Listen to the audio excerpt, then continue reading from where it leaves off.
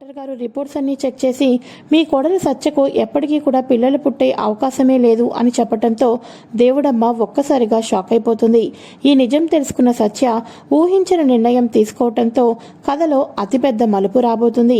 మరి సత్య ఏం నిర్ణయం తీసుకుంది, కథలో ఎటువంటి మలుపులు రాబోతున్నాయి అన్నది ఈ వీడియో ద్వారా తెలుసుకుందాం.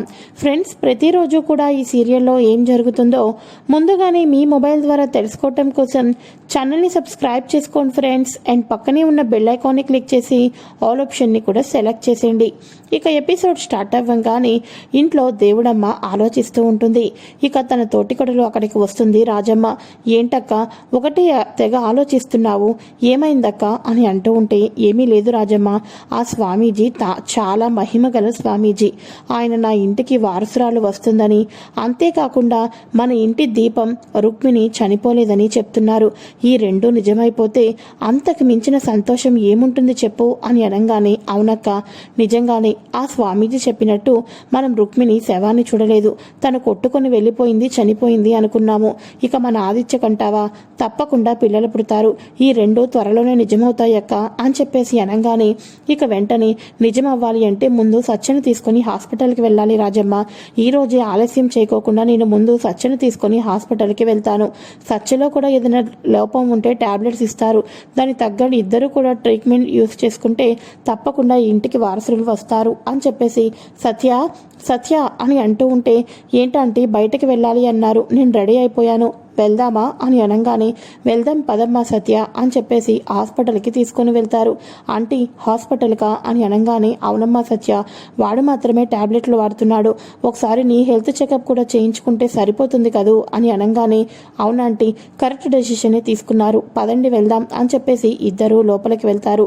ఇక డాక్టర్ గారితో, దేవుడమ్మ గారు నమస్కారం అండి అని చెప్పేసి అనగానే, నమస్కారం అండి, ఇక మీరంటే నాకు ఎప్పటి నుంచో తెలుసు, మీ మీద నమ్మకంతో నా కోడల్ని ఇక్కడికి తీసుకొని వచ్చాను, పెళ్ళయ్యి 10 సంవత్సరాలైంది, కానీ పిల్లలు పుట్టలేదు, ఒకసారి మీరే చెక్ చేసి ఏ టాబ్లెట్లు యూస్ చేస్తే పిల్లలు పుడతారో అన్నది కరెక్ట్ ట్రీట్మెంట్ చేయాలి అని అనగానే, ఓకే అయితే ఒకసారి ఆ రిపోర్ట్స్ అన్నీ కూడా ఇవ్వండి అని చెప్పేసి అనగానే ఓల్డ్ రిపోర్ట్స్ అన్నీ కూడా చెక్ చేస్తారు.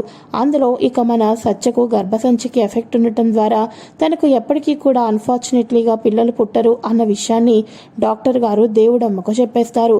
ఒక్కసారిగా సత్య అయితే షాక్ అయిపోతుంది. దేవుడమ్మకు నోట మాట రాదు.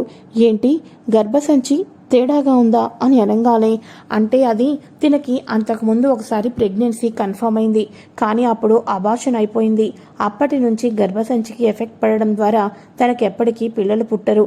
ఈ విషయం కరెక్ట్గా డాక్టర్సే సర్టిఫికేట్స్ చేసి ఇచ్చిన రిపోర్ట్స్ ఇవన్నీ, ఈ విషయం మీకు తెలీదా, మీ రిపోర్ట్స్ మీ దగ్గరే ఉన్నాయి కదా అని చెప్పేసి అనగానే, అంటే ఆదిత్య ఇన్ని రోజులుగా కూడా అబద్ధం చెప్పాడని, తనకే లోపం ఉందని చెప్పి టాబ్లెట్లు వాడుతున్నానని చెప్పిందంతా కూడా అబద్ధమని సత్య తెలుసుకుంటుంది.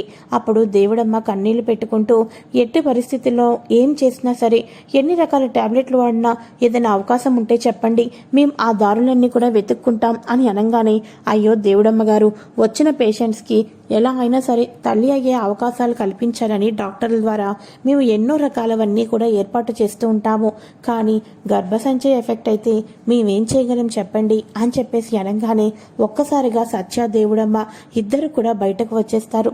ఇక సత్య దేవుడమ్మని పట్టుకొని ఇక హక్ చేసుకొని ఒకటి ఏడుస్తూ ఉంటుంది. ఇలా ఏడుస్తూ ఉన్నప్పుడు దేవుడమ్మ, వద్దు సత్య, ఏడద్దు, పద ఇంటికి వెళ్దాం అని చెప్పేసేసి ఇంటికి వెళ్ళిపోతారు. ఇక రాజమ్మ, ఏమైందక్క, ఎందుకు సత్య ఒకటే వచ్చినప్పటి నుంచి ఏడుస్తానే ఉంది అని చెప్పేసి అనగానే, ఇక వెంటనే అప్పుడు సత్య అంటూ ఉంటుంది, ఆంటీ నన్ను క్షమించండి ఆంటీ, అక్క చనిపోయిన తర్వాత, అక్క ఇంటి నుంచి వెళ్ళిపోయిన తర్వాత నాకు ఆదిత్యని ఇచ్చి పెళ్లి చేశారు, మీరు ఎప్పటి నుంచో ఆశపడుతున్నారు, కానీ నాకు పిల్లలు పుట్టడం లేదు అన్న విషయం ఈరోజే తెలిసింది, నన్ను క్షమించండి ఆంటీ, నన్ను ఇంటి కోడని చేసుకున్నందుకు నేను మీకు మీ రుణాన్ని తీర్చుకోలేకపోతున్నాను, మీ అందరి కోరికను నేను నెరవేర్చలేకపోతున్నాను అని చెప్పేసేసి ఒకటే సత్య ఏడుస్తూ ఉంటుంది. ఇక అక్కడికి మన రాజమ్మ వాళ్ళ భర్త అక్కడికి వస్తాడు. ఎందుకు వదిన, ఎందుకు అలా సత్య బాధపడుతుంది అని అనగానే జరిగిందంతా చెప్తారు. అప్పుడు దేవుడమ్మ అనుకుంటుంది, ఆ స్వామీజీ చాలా మహిమానుగల స్వామీజీ, కానీ ఆయన ఇలా చెప్పాడు అంటే నాకు చాలా ఆశ్చర్యంగా ఉంది, చనిపోయిన రుక్మిణి బ్రతికే ఉండడం ఏంటి, పిల్లలు పుడతారు అనుకున్న సత్యకు గర్భసంచి ఎఫెక్ట్ ఉండడం ఏంటి, అప్పుడు మరి నా ఇంటికి వారసురాలు ఎలా వస్తారు అని చెప్పేసేసి దేవుడమ్మ ఎంతగానో ఆలోచిస్తూ ఉంటుంది. ఇక అప్పుడు రాజమ్మ భర్త అంటూ ఉంటాడు, అదేంటి వదిన, నిజంగానే ఆ స్వామీజీ చెప్పినవన్నీ కరెక్టే కదా, ఎందుకంటే ఇక మన రుక్మిణి ఈ ఇంటి నుంచి వెళ్ళిపోయినప్పుడు తను 3వ నెల గర్భవతి కదా అని చెప్పేసి అనగానే ఒక్కసారిగా దేవుడమ్మ షాక్ అయిపోతుంది. అవును వదిన, రుక్మిణి ఈ గుమ్మం దాటి వెళ్ళినప్పుడు 3వ నెల గర్భవతి, అందుకని చెప్పేసేసి వారసురాలు వస్తారు, 10 సంవత్సరాల క్రితమే ఆదిత్య జాతకంలో తండ్రి అయ్యే అవకాశాలు ఉన్నాయని చాలామంది స్వామీజీలు చెప్పారు అని చెప్పేసి అనగానే దేవుడమ్మ ఒక్కసారిగా షాక్ అయిపోతుంది. అంటే రుక్మిణికి పిల్లలు ఉన్నారా, రుక్మిణి నా ఇంటికి వారసురాలను ఇస్తుందా, అంటే రుక్మిణి ఆ స్వామీజీ చెప్పినట్టు నా ఇంటి వారసురాలతో ఎక్కడో బ్రతికే ఉండుంటుంది. అంటే ఇన్ని రోజులుగా నేను రుక్మిణినే వెతకాలి అనుకుంటున్నాను, కానీ ఈ క్షణం నుంచి వారసురాలని అలానే నా ఇంటి దీపాన్ని రుక్మిణిని ఇద్దరిని కూడా వెతుక్కొని తీసుకొని రావాల్సిందనమాట అని చెప్పేసేసి ఒక్కసారిగా మన దేవుడమ్మ రుక్మిణిని తను మనవరాలిని ఇంటికి ఎలా అయినా సరే తెచ్చుకోవాలి, ఎక్కడున్నారో వెతకాలి అని చెప్పేసి అనుకుంటూ ఉంటుంది. ఇక సత్యకి ధైర్యం చెప్తుంది. అప్పుడు సత్య ఈ మాటలన్నీ కూడా విన్న తర్వాత, అంటే దేవి కానీ చిన్మయ్ కానీ ఈ ఇంటి వారసురాలు, దేవి చిన్మయ్లో ఎవరో ఒకరు ఇంటి వారసురాలు అయ్యి ఉంటారు అని చెప్పేసేసి సత్య నేరుగా రుక్మిణి దగ్గరికి వెళ్తుంది. ఇక రుక్మిణి బయట గార్డెన్లో బట్టలు ఆరేసుకుంటూ ఉండగా ఇక వెంటనే సత్య వచ్చి అక్క అక్క అని చెప్పేసేసి హక్ చేసుకుంటుంది. ఏమైంది సత్య, ఏమైంది, ఎందుకు ఇంత గాబరా పడుతున్నావు అని అనగానే అప్పుడు సత్య అంటూ ఉంటుంది, అక్క నువ్వు నా సొంత అక్క అని తెలిసినప్పటికీ కూడా నిన్ను మాట వరుసకి అక్క అక్క అని పిలిచాను, కానీ ఈరోజు నా జీవితంలో ఎప్పుడూ ఊహించని విధంగా జరిగింది. నాకు ఎప్పటికీ పిల్లలు పుట్టలేరు, కానీ నీ దగ్గర ఉంటున్న చిన్మయ్ దేవిల్లో ఇద్దరు ఎవరో ఒకరు వారు ఆ ఇంటి వారసురాలు, తప్పకుండా నువ్వు ఆ బిడ్డను వాళ్ళకు ఇచ్చేసేయాక అని చెప్పేసి అంటూ ఉండగా ఇక అప్పుడు ఆ బిడ్డ ఏంటి, నేను మీ అక్కను కాదని నీకు చాలాసార్లు చెప్పినాను కదూ అని అనగానే చాలక్క చాలు, ఇన్ని రోజులుగా కూడా నాకు పిల్లలు పుడితే ఆ ఆంటీకి వారసురాన్ని ఇస్తాను అనుకున్నాను, వాళ్ళు 10 సంవత్సరాలుగా ఇంట్లో చిన్నపిల్లల కేరింతల గురించి చిన్నపిల్లల సంతోషం కోసం ఆ ఇంటి వారసురాల కోసం కాయలు కాసేటట్టు ఎదురు చూస్తున్నారు, ఇక వాళ్ళకి ఎటువంటి అవకాశం లేదు, దేవి చిన్మయిల్లో ఎవరు ఆ ఇంటి వారసురాల్లో ఆ వారసురాల్ని వాళ్ళకి ఇచ్చేసేయాక అని చెప్పేసి అనగానే అయ్యో నువ్వు గట్లా ఎట్లా మాట్లాడతావు, ఇద్దరు నా పిల్లలే, నా ఇద్దరు పిల్లలు ఆ ఇంటికి ఒకలైన వారసురాలు ఎందుకు అవుతారు, నువ్వు ఎవరిని చూసి ఎవరిని అనుకుంటున్నావు, నేను చాలాసార్లు చెప్పినా, అయినా సరే నువ్వు నా కూతురివి కాదు, ఇక నేను ఆ ఇంటికి వారసురాలని కాదు, నా బిడ్డలు వారసురాలు కాదు, నువ్వు ఇలా నా మీద ప్రేమ పెంచుకోవద్దని చెప్పినాను కదా నీకు ముందే అని చెప్పేసి రుక్మిణి ఏడ్చుకుంటూ లోపలికి వెళ్ళిపోతుంది. ఇక సత్యకు ఏం చేయాలో అర్థం కాదు. ఇక సత్య ఏడ్చుకుంటూ ఇక వాళ్ళ అమ్మ దగ్గరికి వెళ్తుంది. భాగ్యమ్మ దగ్గరికి వెళ్ళి భాగ్యమ్మని గట్టిగా హక్ చేసుకొని ఏడుస్తుంది. ఇక అప్పుడు భాగ్యమ్మ ఏమైంది బిడ్డ, ఎందుకు ఇట్లా ఏడుస్తున్నావు అని అనగానే నాకు ఎప్పటికీ పిల్లలు పుట్టలేరమ్మా, ఆ ఆంటీ నన్ను అక్క ఈ గుమ్మం దాటి వెళ్ళిపోయిన తర్వాత నా మీద నమ్మకంతో నేను ప్రేమించిన ఆదిత్యకు ఇచ్చి పెళ్లి చేశారు. పాపం ఆదిత్యకు చిన్నపిల్లలంటే ఇష్టం, చిన్నపిల్లలు ఇష్టం కారణంగానే ఆ మాధవ్తో ఎన్నోసార్లు తిట్టులు తిన్నాడు, ఆ ఇంటికి నేను వారసురాల్ని ఇవ్వలేకపోతున్నాను అని చెప్పేసేసి ఏడుస్తూ చెప్తూ ఉంటుంది. అంతేకాకుండా అక్క బ్రతికే ఉందని, అక్క సర్పంచ్ గారి ఇంట్లో ఉందన్న విషయాన్ని కూడా సత్య వాళ్ళ అమ్మకు నిజం చెప్పేస్తుంది. ఆ ఇద్దరు పిల్లల్లో ఎవరో ఒకరి ఇంటి వారసురాలు అమ్మ అని చెప్పేసి అనగానే అప్పుడు భాగ్యమ్మ ఎవరో కాదు బిడ్డ, ఆ ఇంట్లో ఉన్న దేవినే మన ఇంటి వారసురాలు, దేవి ఎవరో కాదు ఆదిత్య బిడ్డే, పటేల్ బిడ్డే అని చెప్పేసి అనగానే సత్య ఆ మాటలు విని షాక్ అవుతుంది. ఏంటమ్మా నువ్వు చెప్పేది నిజమే కదూ అని అనగానే అవు బిడ్డ అవు, అంతేకాదు మీ అక్క మాధవ్ సార్ని పెళ్లి చేసుకోలే, ఆ మాధవ్ సారు మూర్ఖుడు, ఇన్ని దినాలు లెక్క లేనిది ఇప్పుడు మన రుక్కవ్వకు వాడు ఎంతగానో బాధలు పెడుతున్నాడు బిడ్డ అని చెప్పేసి అనగానే ఒక్కసారిగా ఇక సత్య షాక్ అయిపోతుంది. అమ్మ కళ్ళు తాగేసి ఉంది కాబట్టి ఈ నిజాలన్నీ చెప్పింది, అదే అమ్మ పొలం పనుల దగ్గరికి వెళ్ళిపోయి కళ్ళు తాగకుండా ఉంటే ఈ నిజాలన్నీ చెప్పేది కాదు, నేను వచ్చి మంచి పని చేశాను అని చెప్పేసేసి సత్య ఎంతగానో ఏడుస్తూ ఉంటుంది.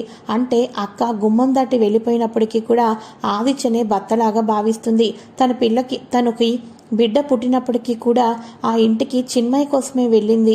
మాధవ ఇన్ని బాధలు పెడుతున్నప్పటికీ కూడా ఆ ఇంట్లోనే తలదాచుకుంటుంది అంటే కేవలం నా కోసమే.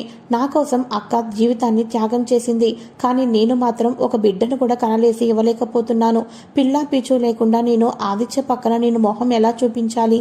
లేదు అని చెప్పేసేసి ఇక రుక్మిణి ఇక స్లీపింగ్ టాబ్లెట్స్ వాటి కోసం మెడికల్ షాప్కి వెళ్ళి కొన్ని రకాల టాబ్లెట్స్ని తెచ్చుకొని వాటిని మార్గమధ్యంలోనే వాటిని మొత్తాన్ని కూడా తినేసేసి నేరుగా ఇంటికి వెళ్ళిపోతుంది.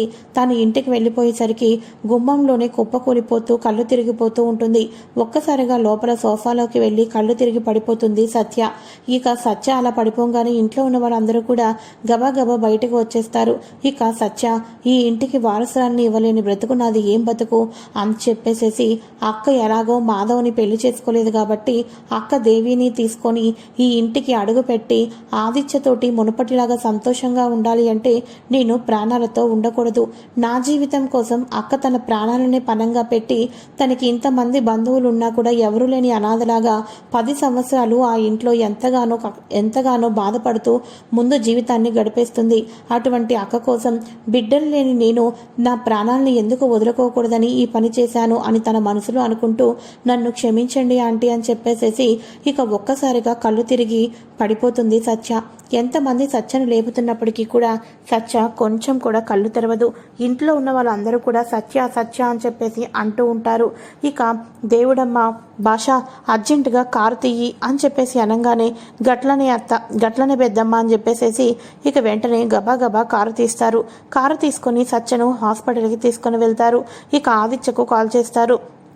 ఆదిత్యకు కాల్ చేసి పటేలా ఇక్కడ సత్యవ్వ ఇక ఏవేవో మందులు తినేసేసి కళ్ళు తిరిగి పడిపోయింది, తన ప్రాణాలకే ప్రమాదమని డాక్టర్లు చెప్తున్నారు, నువ్వు ఎక్కడున్నావు త్వరగా రా అని చెప్పేసి అనగానే అవునా అని చెప్పేసి ఆదిత్య షాక్ అయిపోతాడు.